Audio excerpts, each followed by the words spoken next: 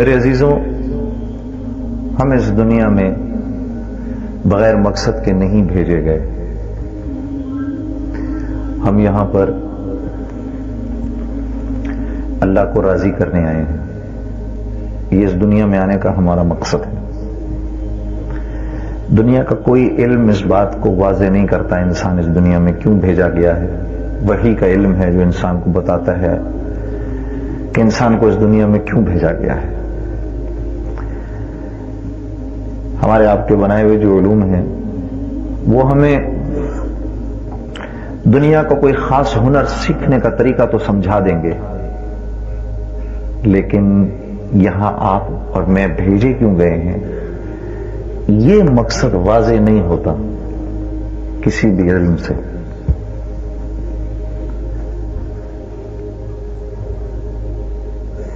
Medicine کا علم ہے تو وہ انسان کو ڈاکٹر بنا دے گا. انسانی جسم کے اندر کیا کچھ ہو رہا ہے کسی نہ کسی درجے میں اس انسان کو پتہ چل جائے گا. وکالت کا علم ہے تو اس کی جتنی بڑی بڑی موٹی موٹی کتابیں ہیں، جتنے انسائکلوپیڈیاز ہیں، وہ اس وکیل کو وکالت کرنا تو سکھا دیں گے، وہ پھر بھی اس کو یہ نہیں بتائیں گے کہ تو اس دنیا میں کیوں آیا ہے. یہ جتنے علوم جو انسان نے اپنی عقل، اپنے مشاہدے سے حاصل کیے ہیں میرے عزیزوں، میرے دوستوں، یہ صرف اور صرف موت تک اس کا ساتھ دیں گے. بس وہاں جا کے ان کی حد ختم ہو جاتی ہے. اور عجیب بات یہ ہے کہ اللہ نے انسان کو اس دنیا کے لیے بنایا نہیں.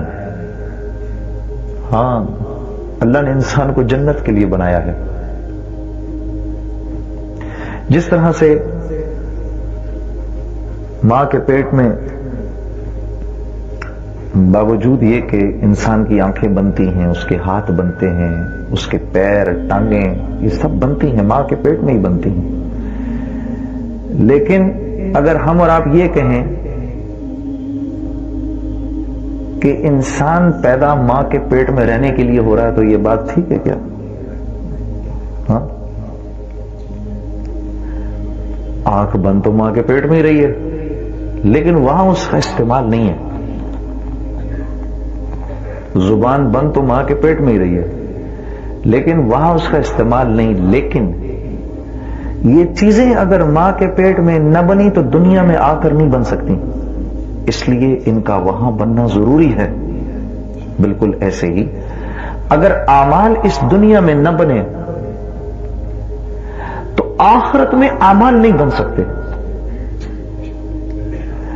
یہاں تمہاری میری آنکھ سے گرا ہوا ندامت کا ایک قطرہ جہنم کو بجھا سکتا ہے. وہاں آنسو بہ بہ کے تھک کے ختم ہو جائیں، پھر آنکھوں سے خون نکلنا شروع ہو جائے، اور وہ خون بھی ختم ہو جائے، پھر اس کے بعد پیپ بھی نکل آئے. میرے دوستو، ان آنسوؤں کی اس دنیا سے چلے جانے کے بعد کوئی قیمت نہیں ہے. ہاں، یہی وجہ ہے کہ ہر نبی نے آ کر انسانوں کو یہ بات سمجھائی، تم اس دنیا میں ایک خاص مقصد کے لیے بھیجے گئے ہو، اس مقصد کو پہچانو.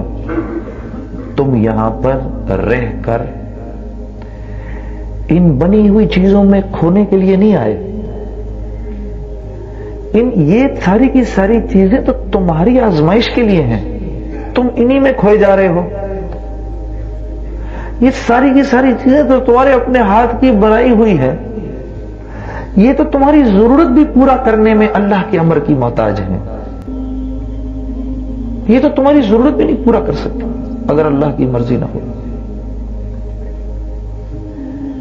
ایک بیماری ہوتی ہے جس کا نام ہے بیماری استسقاء. بیماری استسقاء ایک بیماری کا نام ہے جس میں آدمی پانی پی کے پاگل ہو جاتا ہے، پیاس نہیں بجھتی. پھر کیا ہوتا ہے؟ یقین مانیے، اس کے منہ سے اور ناک سے پانی باہر نکلتا ہے. اتنا پانی معدے میں بھر جاتا ہے اس کی پیاس نہیں بجھتی. کیا وجہ ہے؟ اللہ جل شانہ اس پانی میں سے پیاس بجھانے کی طاقت کو سلب کر لیتے ہیں. اب وہ پانی اس کے پیٹ میں جائے یا اس کے سر پہ گرے بیکار ہے، اس کو کوئی فائدہ نہیں پہنچا سکتا، اس کی کم از کم پیاس نہیں بجھا سکتا. ہر نبی نے اس بات کو آ کر سمجھانے کی کوشش کی. میرے عزیزو،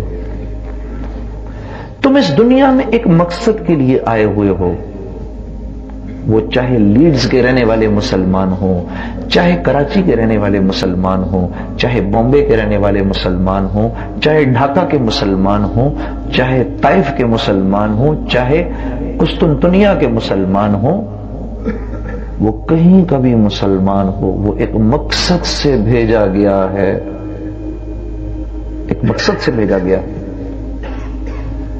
ان اللہ اشتری من المؤمنین انفسهم واموالهم بان لهم الجنہ.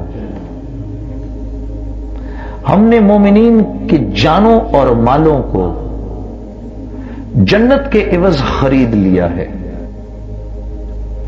ہماری جان اور مال کس چیز کی پیداوار ہے؟ منی کے گندے قطرے کی ہم پیداوار ہیں.